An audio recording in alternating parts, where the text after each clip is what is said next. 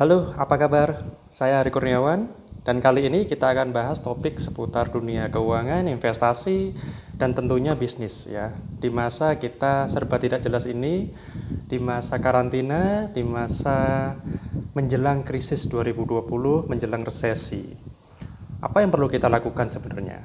Kalau bagi saya ada beberapa fenomena yang menarik ya.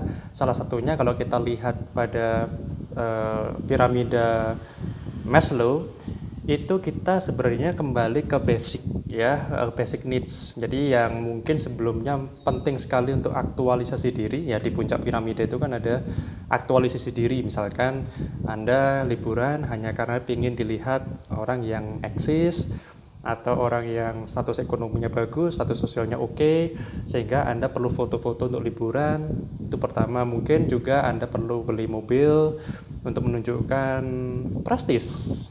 Oke. Nah, itu aktualisasi diri dan masih banyak contohnya. Tapi sekarang orang harus berpikir kembali ke basic. Nggak penting lagi kaya-kayaan kan, nggak penting lagi kita ngeluarin duit hanya untuk dipandang wah, atau hanya untuk dipandang ini loh saya dengan status sosial atau status ekonomi tertentu, atau menunjukkan harga diri atau prestis yang tadi saya sebutkan. Sekarang yang penting adalah memenuhi kebutuhan dasar dulu, karena nggak ada satu pakar di dunia ini yang tahu persis ya kapan pandemi akan berakhir, kapan gejala-gejala ini akan mulai membaik. Memang banyak ramalan, banyak studi, tapi sekali lagi tidak ada yang tahu persis ya bulan depan akan seperti apa, 2 bulan lagi, 3 bulan lagi, apakah berakhir akhir tahun, apakah berakhir di bulan Agustus, tidak ada yang tahu persis. Sehingga harus kita lakukan adalah antisipasi ya. Yang penting adalah antisipatif, bukan hanya reaktif. Karena reaktif ini kalau Anda reaksinya salah, itu juga bahaya. Yang penting adalah berpikir jernih, berpikir tepat. Ya, apakah yang saya lakukan ini betul-betul dibutuhkan, betul-betul akurat ketika ada masalah, ini loh yang harus saya lakukan. Atau kita cuma ikut-ikutan, kita cuma panik. Nah, bagi saya yang penting sekarang kita lihat kondisi masing-masing. Ini sangat kasuistis, artinya setiap orang kondisinya berbeda. Kita lihat apakah kita bisa survive dalam 3 bulan ke depan dengan keadaan kas yang kita pegang sekarang, ya, uang tunai yang kita pegang sekarang, baik di rekening atau kan di rumah. Nah, itu dulu yang penting, ya. Terus banyak juga misalkan yang tanya soal gimana kalau soal cicilan, gimana soal angsuran, ya. Saya punya kredit, saya punya pinjaman di bank atau di leasing, apakah saya boleh nggak bayar? Tiba-tiba pokoknya nggak bayar aja karena yang saya lihat, yang saya dengar Jokowi ngomong bahwa ada relaksasi, gitu ya. Nah, kalau kita lihat kasusnya seputar relaksasi, sebenarnya relaksasi ini tidak semua bisa, ya, tidak semua. Jadi relaksasi ini hanya untuk sektor-sektor yang memang berdampak langsung. Jadi diutamakan bagi orang-orang yang memiliki dampak ekonomi langsung karena adanya corona, misalkan di sektor pariwisata misalkan. Jadi ada pariwisata, ada dunia misalkan yang tenaga harian gitu ya, tenaga harian, driver ojol, dan juga hal-hal lain. Jadi bisnis-bisnis yang sangat berdampak langsung, misalkan bisnis di bidang yang untuk mempertemukan orang di satu tempat, misalkan ke event organizer gitu ya. Jadi tidak semua itu diutamakan untuk mendapatkan relaksasi ini, ya.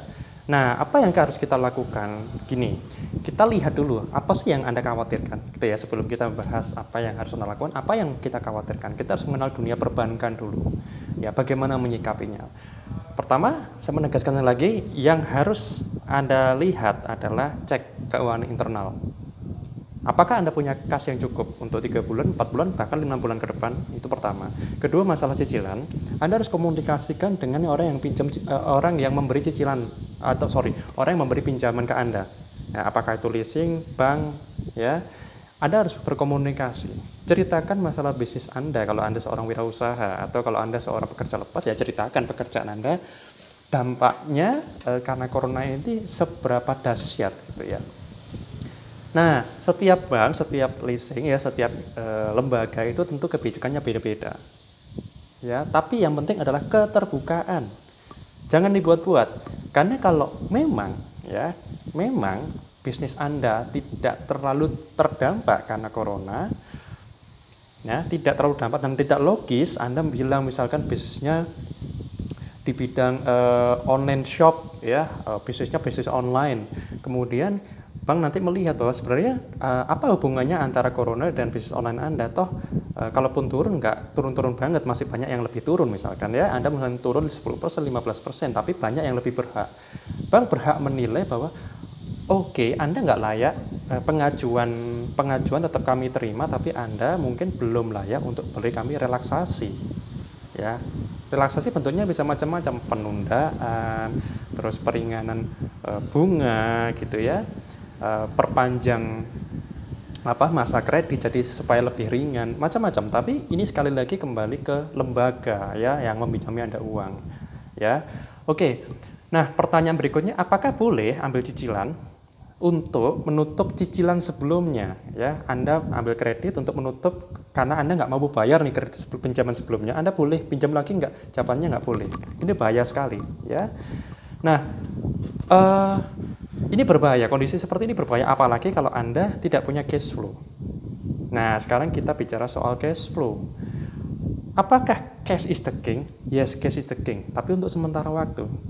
Anda harus berpikir, cash ini harus segera menjadi cash flow, aliran kas. Nggak boleh dong pegang uang tunai terus, ya. Pegang uang tunai sampai berapa lama sih Anda bisa pegang uang tunai?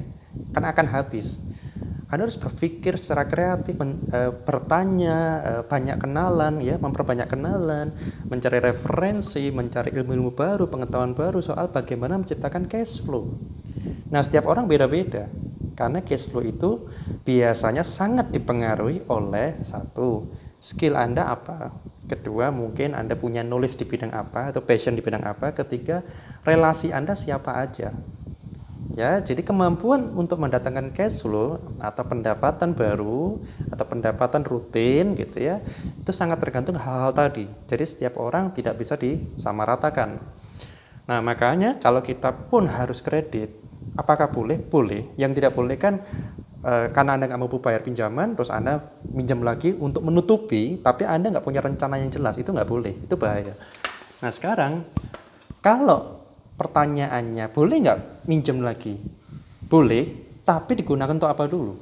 Kalau utang itu bisa produktif, fine, mungkin itu akan menjadi solusi yang bagus. Misalkan, wah, saya nih perlu peralatan seperti misalkan ini laptop gitu, ya, karena saya harus jual online. Sekarang nggak ada saya nggak bisa jualan offline, saya nggak bisa buka toko, saya jual online. Saya mau pinjam duit untuk beli laptop baru, ya, dan untuk beli laptop untuk misalkan karyawan saya sehingga bisa jual online lebih kenceng. Itu mungkin akan menjadi hutang produktif. Tapi balik lagi, apakah Anda mampu di bidang itu? Kalau Anda nggak mampu, berarti Anda harus investasi ke ilmu. Apa yang harus Anda pelajari? Jadi investasinya ke ilmu. Oke, ke knowledge. Yang kedua, yang paling penting juga adalah skill. Anda harus meningkatkan skill. Ini masa yang paling tepat untuk mencari ilmu, untuk mencari skill. Dan yang ketiga adalah investasi ke relasi atau network. Knowledge, skill, and network.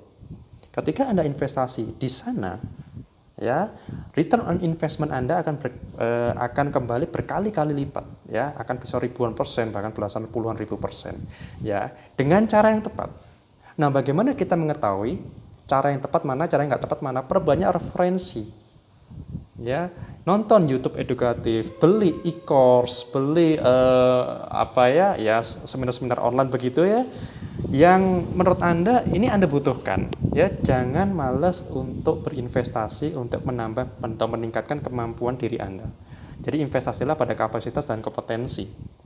Oke.